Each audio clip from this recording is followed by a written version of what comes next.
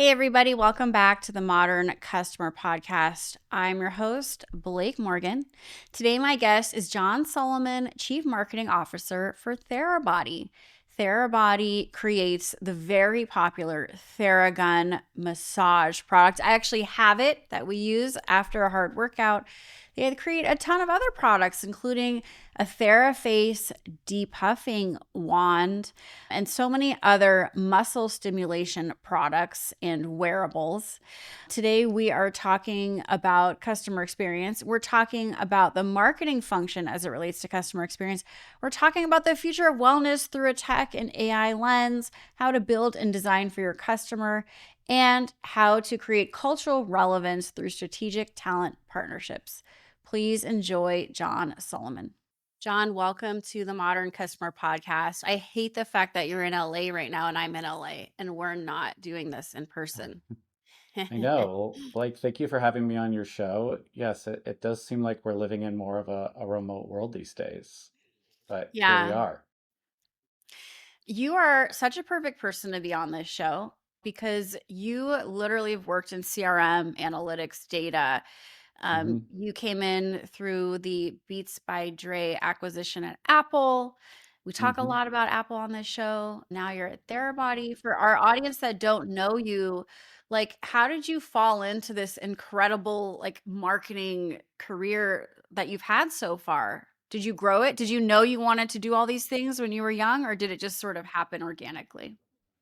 It's funny, yeah. I have a 3-year-old now, and I don't think you read many books that are like, I want to be a marketer when they grow up, right? Where you're reading about astronauts and you're reading about other things. So I feel like marketing is kind of something that you tend to fall into a little bit, and that's what happened. That's what happened with me. I grew up in San Francisco, kind of during the dot-com boom. I was always really into tech really early on the internet, sitting on my basement on America Online back in the day. And I think I just always was so interested in technology that it kind of fit perfectly into the digital side of the marketing world and being able to kind of rise as I came in through really being curious, and kind of trying to be at the forefront. So whether it was early digital with web, whether it was social, see, like you talked about CRM and now really AI. So, I kind of, yeah, started my career in tech and kind of just went with it since then. And, started agency side. I was at AKQA digital agency, then went to Beats by Dre. And then from there, Apple acquired us and went on the Apple side. And now we're at Therabody, and kind of doing full stack marketing now, but back, really started my career on the digital side of things. Yeah, it's so cool that not only were you in this technological innovation period, that you got to work next to so many incredible people at Beats by Dre. Hmm. And I mean, that is one of the most iconic marketing campaigns ever. What was that Yeah. ride like? It's truly incredible. I mean, I'm lucky that I was there at an amazing time. And I started right when we were launching our World Cup campaign. And we were getting headlines like Beats by Dre outdoes Nike, and that's kind of a dream headline to get. And it was an incredible, incredible ride. It was all about doing work that resonated in culture, right? It was the KPI, and talking about data analytics, is Jimmy Iovine getting a phone call saying how cool he saw something that the marketing team did, right? Like that was the KPI, right? It was Dr. Dre or Jimmy Iovine getting a call being like, I saw that ad, I saw that social post. So it was all about resonating in culture. And just with that being always on, right? I remember every Sunday working with my head of sports marketing on for all of our athletes have playing football whenever they're, scoring a touchdown or they're warming up with their headphones, posting it on social, being super reactive. But it really taught me what my CMO at the time, Omar, used to always say is most brands, when they do anything, launch anything, they kind of go to 90%, right? He's like, you got to go to 110%, right? Like turn over every rock, keep pushing even when it's launched, like learn, push, connect dots. So I think it really took that with me. And we did some amazing campaigns. We did the straight out of Compton movie campaign, which was straight out of blank, right? And people filled it in and uploaded a picture, which kind of took over the internet. I still walk down the street now and I see straight out of something. My team created that, and that's have a lasting impact in culture. So I think that really allowed me to learn the importance of that side of the business, in addition to obviously all the smart things you have to do as a marketer these days. It is truly art and science. Right. You had your finger on the pulse of that cultural moment. And even now, like every baby shirt is like straight out and some joke about, Yeah, yeah. right. And literally, that was three young team members who we locked in a room and said, come up with an idea of how we can promote this movie, right? And they did. And it was funny when we made the meme generator, originally it just said the blank, but then we Mhm. added the ability to upload a photo. And that's when people really just took it over and did so many fun things with it. The time the White House posted straight out of uranium, and I had like a picture of like Iran or something. So it was like height of like nuclear talks. So it's just it was back then when the internet was more kind of, brands could go viral. It's so hard now, right? But back then I remember we like trended number one on Twitter and Facebook and Instagram. You don't even really have that anymore for brands, sadly. Everything's such a pay to play. Oh, interesting. I really haven't heard. I mean, I know for myself as a content creator, it is a lot noisier than it used to be. Now it's just, Hmm. you're right. It feels different than it used to be. Yeah, more platforms, more fragmented. It's hard for brands to stand out like they used to. Totally. Talk about the difference in working at Apple to now your role as CMO of Therabody. I'm a customer, by the way. We are a fitness Hmm. family. Always, Great. doing the massager on the arms Yeah, and the tennis love it. elbow and the quads and every husband likes to do the quad. That's the worst, is the quads, by the way. Yeah, We'll talk about yeah, that later. always. Um, talk about what you're up to now and what you did before informs what you do now.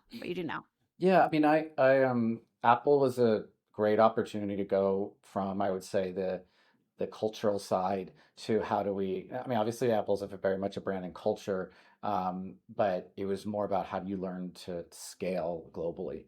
How do you learn to really, the operational side of it, the craft of it, how every touch point is well thought through. So really got to learn a lot from that. And then, you know, Therabody came during COVID. Therabody came along, and I'm a huge cyclist, so I was a Theragun owner, user, but I had no idea that they had all these other products and retail stores and everything. So it just seemed like such a great opportunity to um, get the word out on all this amazing technology that can help people move better, feel better, and do the things they love to do. And it was really an opportunity to become a CMO for a first time, which was really a goal of mine.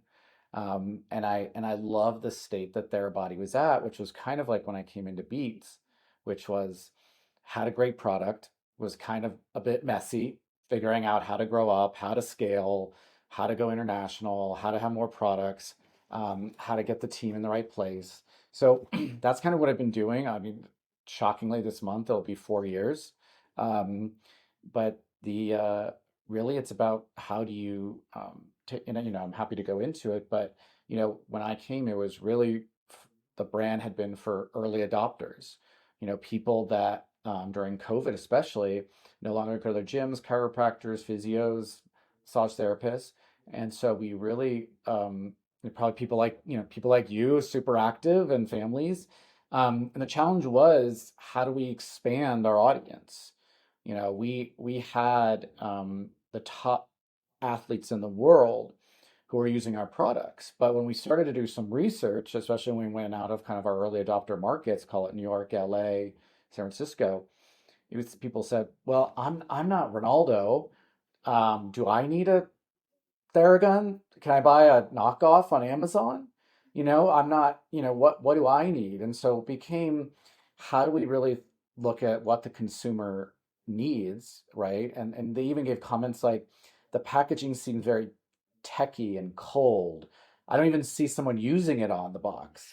It's very like features driven, but like what's the Yeah. benefit to me? So that led us on a journey to ultimately reimagine the entire brand from packaging, brand design, colors, fonts, positioning, messaging, products, and really what it's gotten to us today, which is a brand that's a much more welcoming to still the athlete, but now a broader conversation around wellness and a conversation around beauty as anti-aging and longevity is becoming a increasingly bigger topic in the wellness space. Right. It is interesting now that I'm thinking about your time at Apple and then designing the packaging for Theragun or for Therabody products. Like now I feel like that's the everyone is copying you. That's like the Hmm. benchmark is like these because now if I imagine your product, I don't imagine a person on the box. I mean, maybe my version is older, but you sort of did your own thing with the design. Yeah, How did you take the feedback from customers and then marry it with what is the soul of your brand? yeah. No, it's a great question. So everyone copied Apple with packaging, right? White box with a product on the front, minimalist, right? So if you walk into like consumer electronics section of a Best Buy, Target, literally if you're talking about a Ring camera, a Nest Yeah. thermostat, a massage gun previously, it all kind of looked the same. And the consumer said, hey, that might be for my like techie uncle who, sets up the home Wi-Fi and your smart alarm system. But when we talked to a mom in, Minnesota, I said, this does not seem like a product for me, right? What's the benefit to me? I don't care about the frequency of the massage or the depth of the massage. I care about it makes me feel better. It relieves pain. It helps me sleep better. So what we did is we took those insights and we just reimagined um, the whole experience. And the other unique thing is that if you look at a Theragun, the thing that's unique and patented is our triangle, right? And that was developed because it was specifically developed by Dr. Jason for the best way to reach more of your body than the other devices on the market. So we took Yeah. that brand identifier, the triangle, and you'll see that's everywhere now. And so even if you don't remember Theragun or Therabody, I want you to walk in the store and say, I want the triangle one, right? And so that's kind of like the unique brand asset that we can get people to remember. So we added the triangle and then we really focused on the benefits. So when you look at the front of a box, you directly see the benefits of our product. You turn it around, you see features, you see it on a person usually because people want to know how does it work, and they also want to see themselves and those and their customers. Mhm. And we also changed the colors. So if you're looking at more of a sport performance product, it's a little darker. If you're looking at wellness, it's more of a kind of lighter colors. And you're looking at beauty, it will be more kind of perhaps lighter, brighter colors. But it all Mhm. sits together on a shelf. It all looks like Therabody. It all hangs together with our brand. We just have wayfinding for the customer so they can come in and easily see, am I more on that sports side or more on the wellness side, or am I more kind of looking for beauty? And then it allows us to merchandise in a lot of interesting ways. So we kept the soul of the brand really and the key brand elements, but we brought it to life in a way that was very audience focused. And we also looked at we made different products. So not everyone needs the top of the line Theragun. We just launched our campaign with Josh Allen yesterday. He has the top line Theragun with LED, hot, cold, you name it. But we also have a product geared towards more of our parents, right? Which does not need all of that, and they're looking more for design aesthetics. They're looking for a softer massage. They're looking for a screen that tells them what to do and where to put on their body. So we made product for them and speaking to them.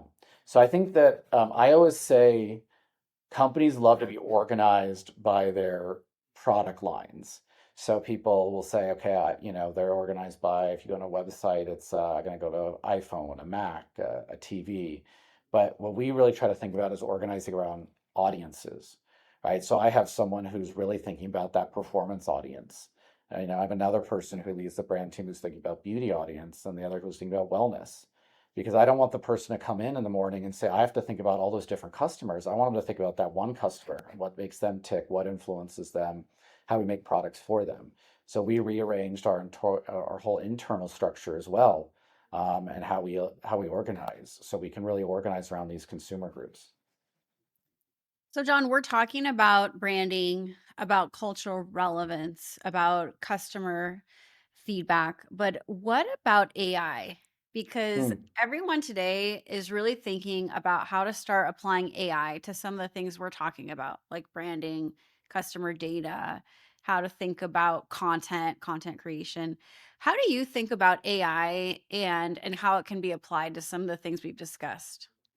Yeah, no, I think it's a huge topic, right? And I'm sure if I every a month ago it'd be a different conversation because it's changing. I think the way I think about it is a few different ways. One is um, I think that internal company adoption and buy-in is really important.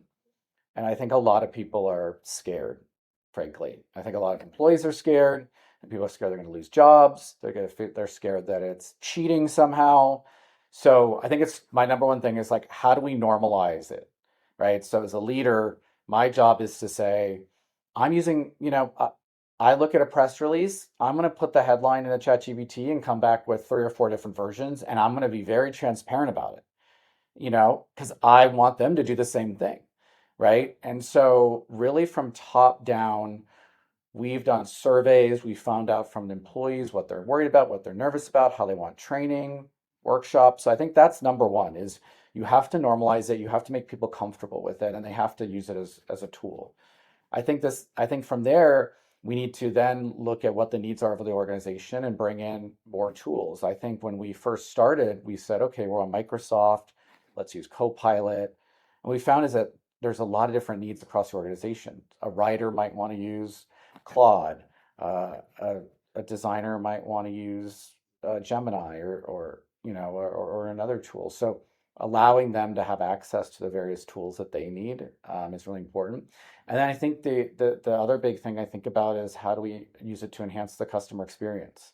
So we launched at CES in January a new product called Coach by Therabody. It's in our app, and essentially you can plug in your, Apple Health, your Garmin, your Strava, and we'll pull that, and then you will know what your goals are, and we'll know what tools you have or what devices you have. And so if I come home from a big run, it'll say, "Hey, John, you just did a big run. You don't normally run. Here's a running protocol for you. Make sure you do this in the next 20 minutes." We can now personalize that experience like never before, and really give personalized recommendations, get to know you over time. And so that's really helped us with making a better customer experience. That's only going to improve when we now connect that with our website, with email. Right now, we can have a lot more personalized experiences for you. Obviously, that's going to have to be done in a way that is sensitive to people's data and privacy, not creeping people out, that they're buying into that. So, I think it's dramatically going to continue to change. Um, I'm a big believer that I think people overemphasize how quickly things are going to change. I do think this is a Mhm. seismic change, but we are finding challenges all the time, right? And it's not a slam dunk. I think it's going to take a while. I think we're going to have to perfect it, but it will be you know, just like having the internet or having mobile phones, or these are going to be seismic changes in the marketing world. Do you think that what you mentioned about using AI to personalize the experience, like, hey, John, you just went for a run, you need to use a Theragun on your quads or whatever, like Hmm. these tips, do you think this is a big differentiator when many products they can easily be replicated? I think that what we find is that people, I mean, I think the short answer is yes, right? I mean, you have to continue to be ahead of it, right? So I, what we found is that people would knock off our devices, but they wouldn't necessarily want to invest in making an app experience. They wouldn't want to invest in, it's like all those things that tend to cost more. They don't want to invest in the science we put into it, the research we put into it, right? So I think you have to think about these different modes. And for us, it's hardware is increasingly able to be copied very quickly. So you have to think of, again, what are the other things that you're putting into it? The patented technology, the science research we do, um, and again, things like AI to personalize. Yes, that people can start to do that too. So, how do we start thinking about um, interesting partnerships? Where can we bring hydration into this? Can we bring enhancing sleep into this? Can we tie this into the bedroom?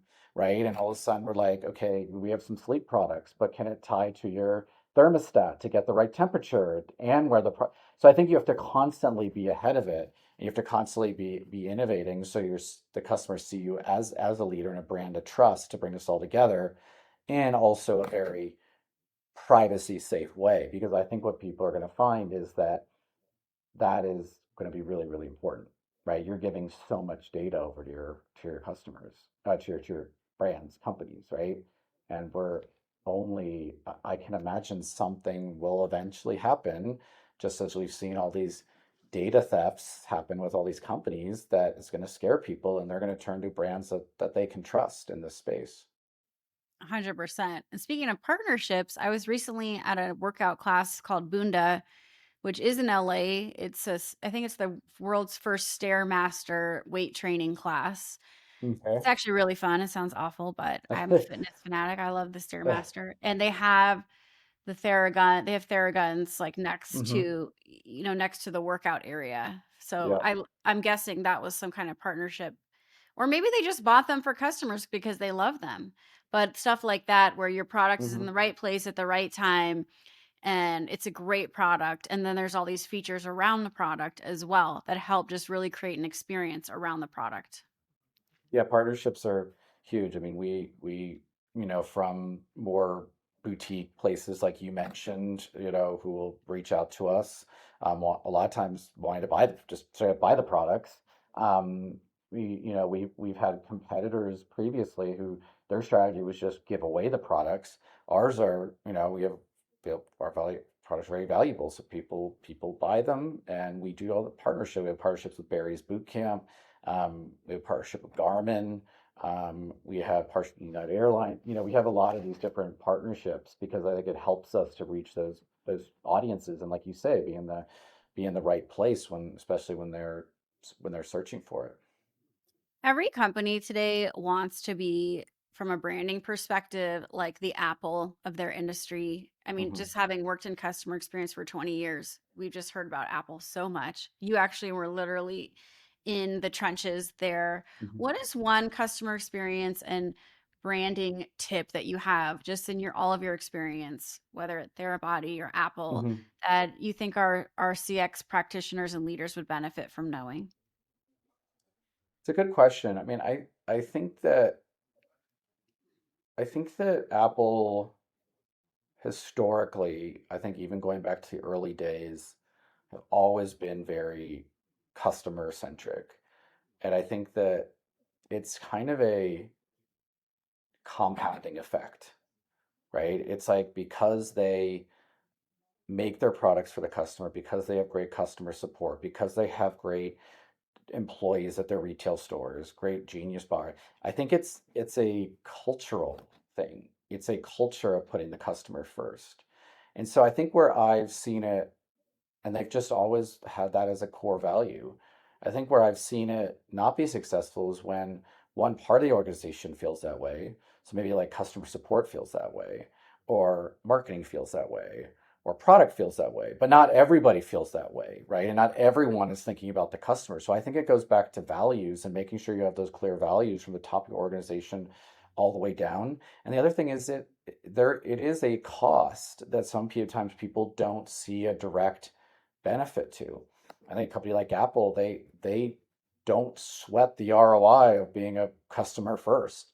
They have the confidence to know that being customer first is a long-term brand play. So I think from the from investing in really good packaging to, like we all see, to having that board perfectly wrapped and the sticker, perfectly come off in a certain way. And, they had it so when you open a box of any product like an iPhone, it's timed how long it takes to drop out. They have Mm-hmm. it down to a certain, like, 5 seconds or whatever it is, because they want that experience to be, not too short, not too long. And so, like, think about every single touch point they sweat, and they don't compromise on anything else. And I think that's what we're trying to bring with Therabody as well. It's like every single touch point that you have of ordering to, emails after, to the product experience, the return experience, the warranty experience. And it's hard because it is a cost. And I think in a world where we're getting ground down into more and more ROI, you have to have the leadership, investors really believe in it. And I think it's really starts from the top. And that's kind of what I've seen, and where I've experienced it. I love that. I think that's such a great example that even as far as unboxing the product, it takes so much thought to even create that experience of how Hmm. long does it take to unbox this product and how's that customer going to feel in each of those 5 seconds before and after. So I think that's such a great Yeah. note to end on. But we have to do rapid fire to get to know you a Okay. little bit. You game for some quick questions? Of course. All right. What is the most important part of your morning routine? Exercising. What do you do to relax at the end of a hectic day? Well, if I haven't exercised in the morning, I would exercise or play with my son, read a book with him, spend quality time with him. What show are you currently streaming? Oh, I have not been watching anything recently that's of note. Kids shows with my son, Mhm. reading, Okay. trying to read books, trying to be a model and unplug more, I think, and trying to be more in the real world. Nice. What's your idea of perfect happiness? Perfect happiness is, I would say, being around great friends and great family. I think that's what I would say is happiness. What is one mental health strategy for managing hard days? Try and get off your phone. Try and get off your devices. Set it. I think we always want to be connected, always on. Set it down. Go for a walk. Read a book. Meet up with a friend. I think we're way too connected on our screens and scrolling all day long. What is your favorite type of vacation? International travel. Just went with my son and wife to Japan for 2 weeks. Just kind of getting out, seeing different cultures, experiencing different foods. I used to say sitting on the beach, but now I think I just want to be a bit more active and travel more. I mean, we all kind of during COVID got so locked down that I think it's getting out in the world a bit more, especially really important for marketers. And if you could have lunch with anyone dead or alive, who would it be? Human, dead or alive, who would it be? I mean, I was a huge Apple fan. I worked there as a nerd. I would say, you know, Steve Jobs would probably be someone that would be fascinating to sit and speak with.